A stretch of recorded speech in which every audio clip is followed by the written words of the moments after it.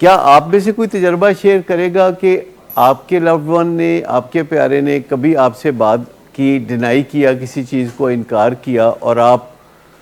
بہت حیران ہو گئے، ششدر رہ گئے اور آپ نے فوری طور پر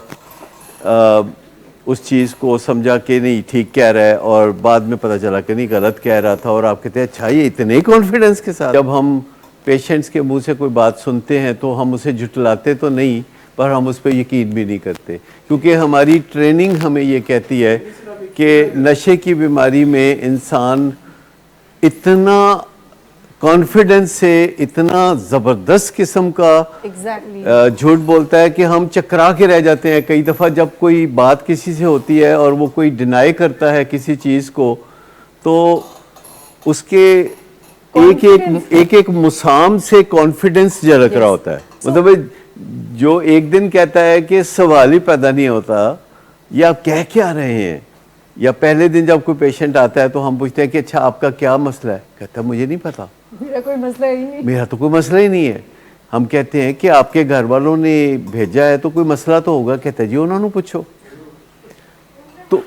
بہت زیادہ اس وقت ہمیں گھبراہٹ ہوتی ہے، حالانکہ ہمارا روز کا یہ کام ہے۔ تو میں سوچتا ہوں کہ جو فیملی ممبرز ہیں جن کا کوئی اتنا تجربہ نہیں ہوتا ان چیزوں کے حوالے سے، تو وہ کتنی آسانی سے کسی چیز کو بلیو کر لیتے ہوں گے۔ یہ جو طریقے ہوتے ہیں نا کہ مینو 6 دن دے دیو، مینو 4 دن دے دیو، یا میں آپ کو چھوڑ کے دکھا دیتا ہوں، اور گھر والے کہتے ہیں چلو تمہیں دے دیتے ہیں 6 دن، یہ تمہیں کر دیتے ہیں جو تم کہتے ہو ہم وہ کر لیتے ہیں۔ ماہرین کہتے ہیں کہ اٹ ڈزنٹ ورک، ان چکروں میں نہیں پڑنا چاہیے۔ ایک پہلی بات یہ ہے کہ جب آپ کا پیشنٹ آپ سے کوئی بات کہتا ہے تو آپ اس کے پیچھے نہیں چلتے، یہ الٹی گنگا بہانے والی بات ہے۔ جب آپ کا پیشنٹ آپ کے پیچھے چلتا ہے تو معاملات تب سیدھے ہوتے ہیں، جب آپ اپنے پیشنٹ کے پیچھے چلتے ہیں تو معاملات سیدھے نہیں ہوتے، الٹے ہوتے۔ آپ سب سے پہلے قبلہ درست کر لیں کہ جب آپ آتے ہیں ویلنگ ویز یا کسی جگہ علاج کے لیے، تو آپ کا یہ ایم ہونا چاہیے، آپ کا یہ آبجیکٹ ہونا چاہیے کہ ہم نے اپنے مریض کو اب اپنے پیچھے چلانا ہے، اس کے پیچھے نہیں چلنا۔ اور پیشنٹ کی کوشش ہوتی ہے کہ میں نے ان کو اپنے پیچھے چلانا ہے اور میں نے ان کے پیچھے نہیں چلنا۔ اور پیشنٹ کی کوشش ہوتی ہے کہ آپ کو یہ بھی کہے کہ تسی ویلنگ ویز دے پیچھے بھی نہیں چلنا،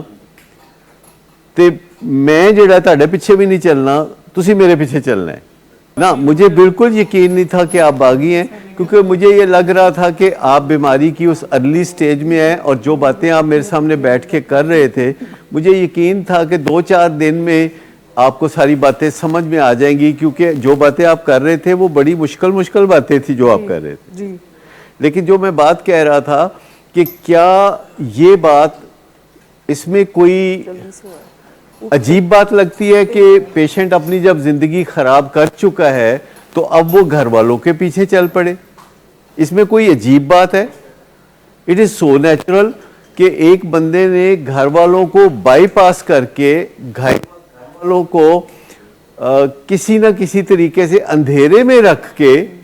غلط راہوں پہ چل پڑا، کسی اجنبی کے پیچھے چل پڑا، کسی گروپ کے پیچھے چل پڑا، کسی غلط رستے پہ نکل گیا، تو اب گھر والوں کو اس کے پیچھے چلنا چاہیے کہ اسے اپنے پیچھے چلانا چاہیے؟ اور اگر گھر والے پیشنٹ کے پیچھے چلنا شروع کر دیں تو کیا ہوگا؟ وہ کو ڈیپینڈنس کا رستہ ہے، وہ کو ڈیپینڈنس ہے، وہ روگی ہو جانے کا نسخہ ہے۔ اور روگی ہو جانا یا کو ڈیپینڈنٹ ہونا ایڈکٹ ہونے جیسا ہی ہے۔ جیسے ایک ایڈکٹ کا اپنی ڈرگ کے ساتھ یا الکوہل کے ساتھ لو ہیٹ ریلیشن شپ ہوتا ہے، تو فیملی والوں کا بھی اپنے پیشنٹ کے ساتھ لو ہیٹ ریلیشن شپ ہو جاتا ہے۔ سو یہ بات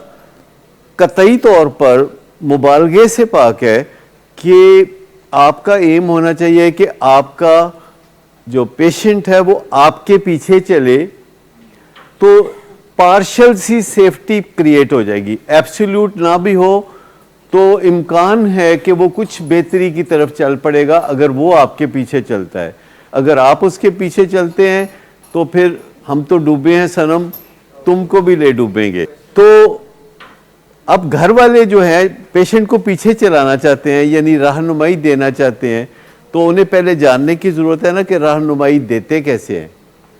انہیں گوگل پہ جانا چاہیے, انہیں کوئی کتاب پڑھنی چاہیے, انہیں کسی کاؤنسلر سے ملنا چاہیے اور اس کو پوچھنا چاہیے کہ ڈوز اینڈ ڈونٹس کیا ہیں, کیا کرنا ہے اور کیا نہیں کرنا, اور پھر اس پہ عمل کرنا ہے اور اپنے پیشنٹ کو اپنے پیچھے چلانا ہے اور خود